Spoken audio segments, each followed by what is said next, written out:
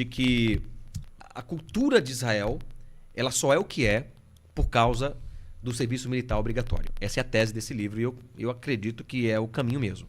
Por quê? Bem, o outro livro menciona que vem desde a infância.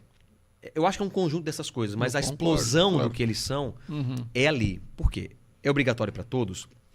E o jovem vai passar ali entre os seus 18 e 20 anos de idade, pelo menos, normalmente, se for um homem, por exemplo, dependendo da época, ele é obrigado a ficar 3 ou 4 anos ali, dependendo da época. Como né? agora, por exemplo. Como agora. Né?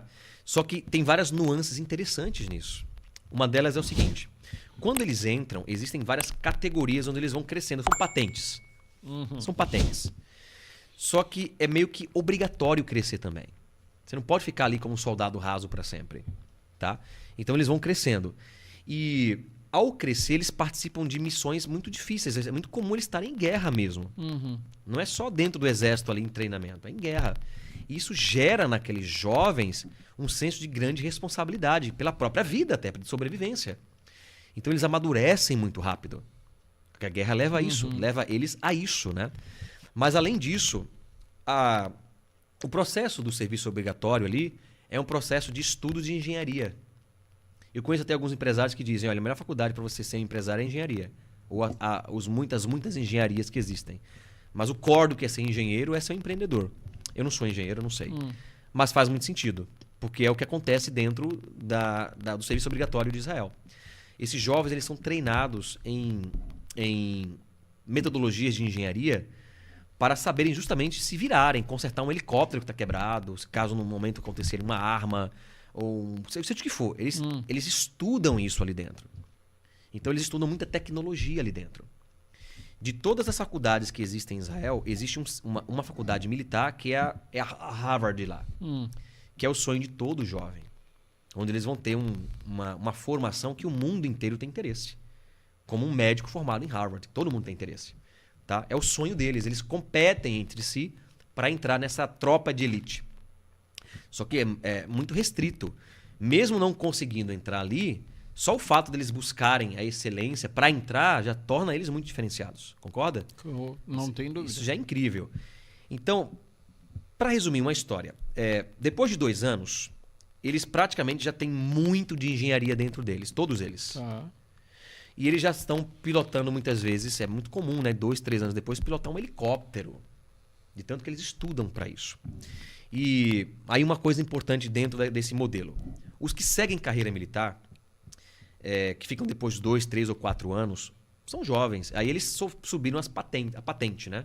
Eles estão ali, eu não sei exatamente quais são as patentes que existem ali, mas subiram. Então eles já são engenheiros e eles também são de uma patente alta. São jovens de 23, 24 anos, muito jovens. E já estão lá em cima. E com uma responsabilidade grande. Uma grande responsabilidade. Uhum. E o que é curioso diante disso? Esses jovens são enviados para missões muito difíceis, como agora, né? Uma luta contra grupos terroristas, né? Está acontecendo exatamente nesse momento. Eles são enviados como líderes. E líderes de quem? De pessoas mais velhas. Como assim? O serviço ele é obrigatório, mas assim como no Brasil também, a pessoa que depois que sai do serviço obrigatório ou do serviço militar, ele entra na reserva. E ele pode ser convocado, né, até certa idade para uma missão, para uma necessidade bélica de guerra do seu país.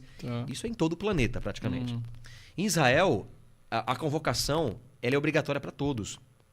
O cara, por exemplo, tem um grande escritório do Google lá nos Estados Unidos, né?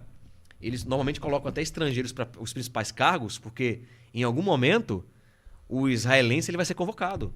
Ele tem 45 anos, ele vai ser convocado para a guerra. Há um ciclo, eu não sei exatamente quanto tempo leva a periodicidade, eu acho que depende muito do momento também, talvez, né? De convocação. Agora, eu acho que estão convocando muita gente. Então, quer dizer, o camarada é engenheiro, engenheiro de tecnologia, trabalha no Google, um salário exorbitante, uma carreira incrível, ele larga tudo aquilo ali e vai para a guerra. E quem vai liderá-lo é um menino de 23 anos. E eles se subordinam àquilo. O cara era CEO, ou sei lá, um grande empresário, e vai ser liderado por um garoto. E é comum para eles, eles não veem problema nisso. O que é inaceitável em algumas culturas também, né?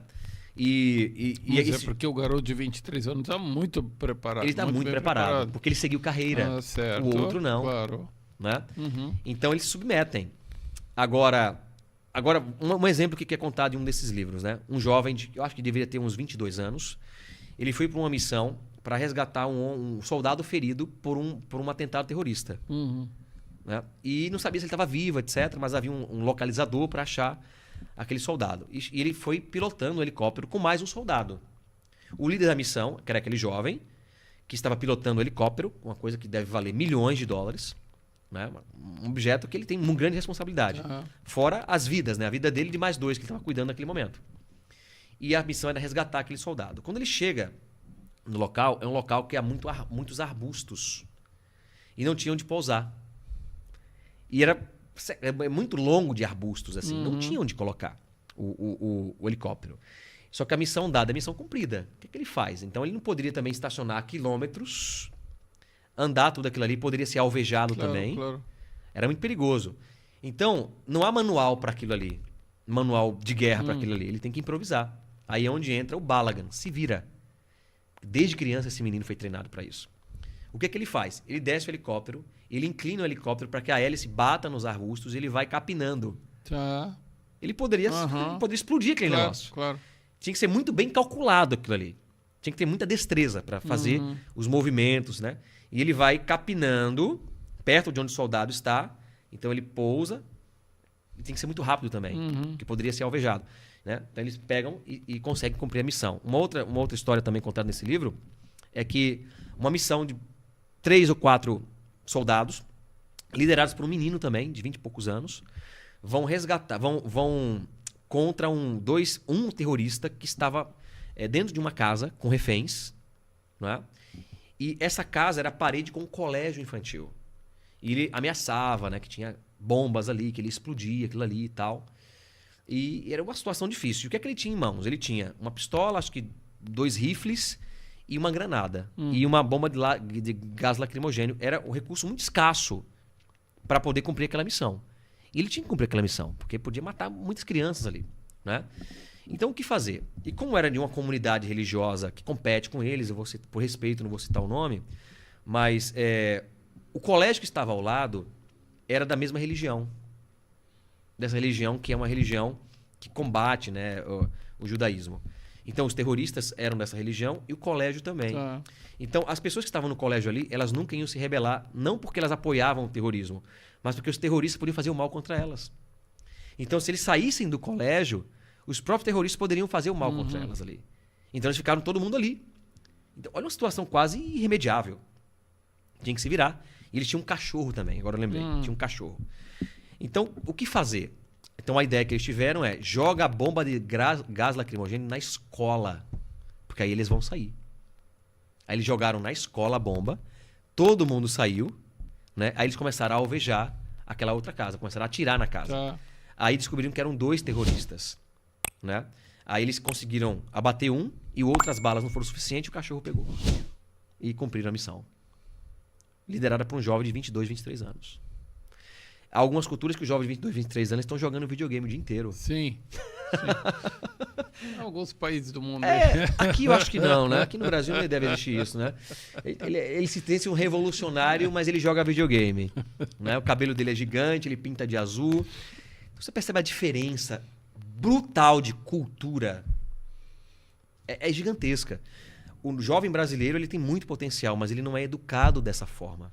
Porque isso já tem que vir de berço, né? Lá de trás. Mas exatamente. Quando chega